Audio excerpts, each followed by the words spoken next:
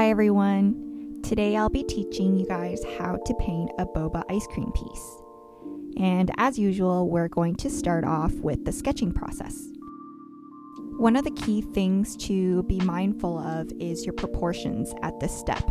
In order to have your picture turn out realistic, you want to make the sketch look as accurate as possible at this stage.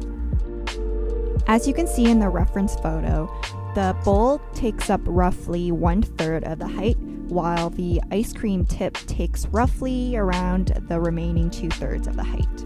And that's roughly the proportions I used when I sketched this piece out.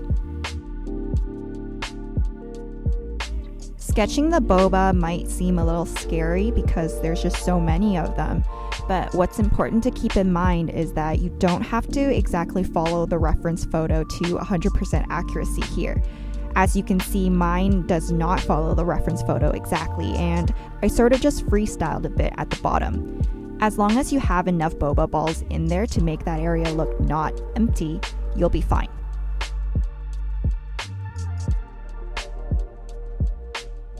I forgot to mention at the beginning that for today's tutorial, I wanted to show you guys how to paint this piece even using beginner supplies. So I'm using a Moleskine watercolor sketchbook and student grade watercolors that I got from Winsor & Newton. I'll also be demonstrating this tutorial using only one-sized watercolor paintbrush. The first thing we'll paint are the boba balls, and I know some student grade watercolor sets don't have the color black like this one, so I'm simply mixing in blue, red, and burnt umber to get that black paint color. And we'll just paint over the areas where we have sketched out the boba balls.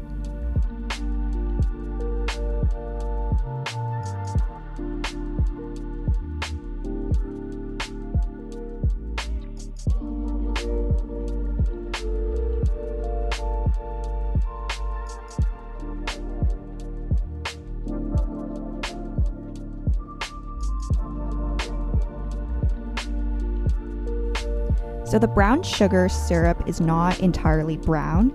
We have to mix in a little bit of yellow ochre and red. So I'm just outlining the bottom of the bowl and gently coloring the section.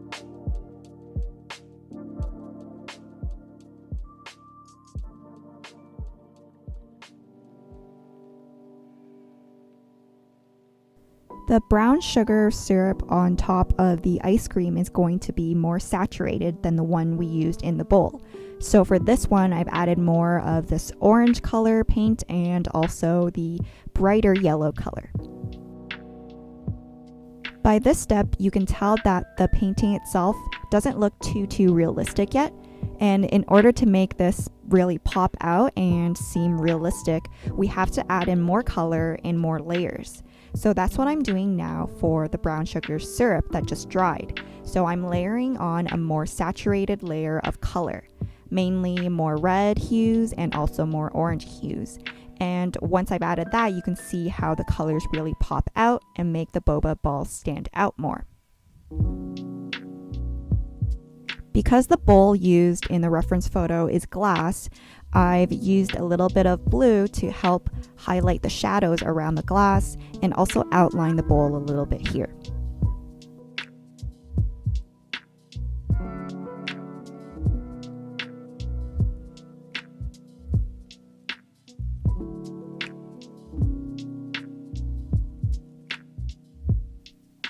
In this next step, I'm just trying to mix together a purple color for the shadow areas on the ice cream.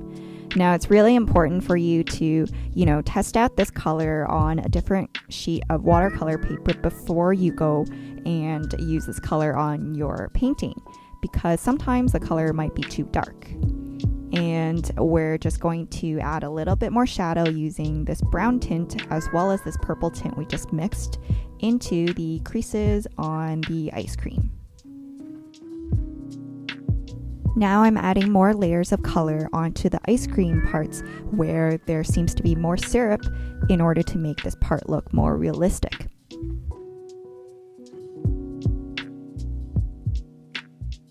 After finishing up the ice cream, I'm just going back to the brown sugar syrup at the bottom and really increasing the color around the edges to make this part pop. And I've added a little bit of a darker colors to the rim of the bowl in order to make it seem a little bit more realistic as well.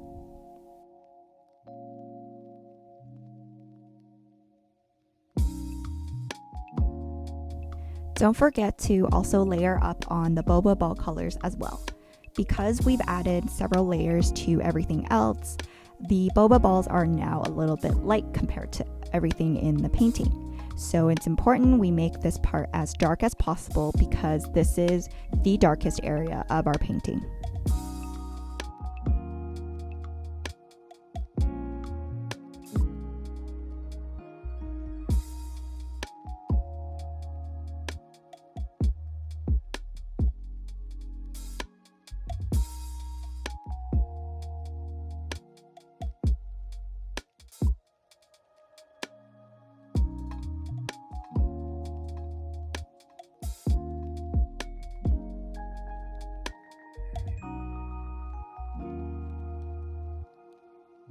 For the last step, I am making some finishing touches on the ice cream, such as outlining the edges and also adding a little bit more color around the bowl area.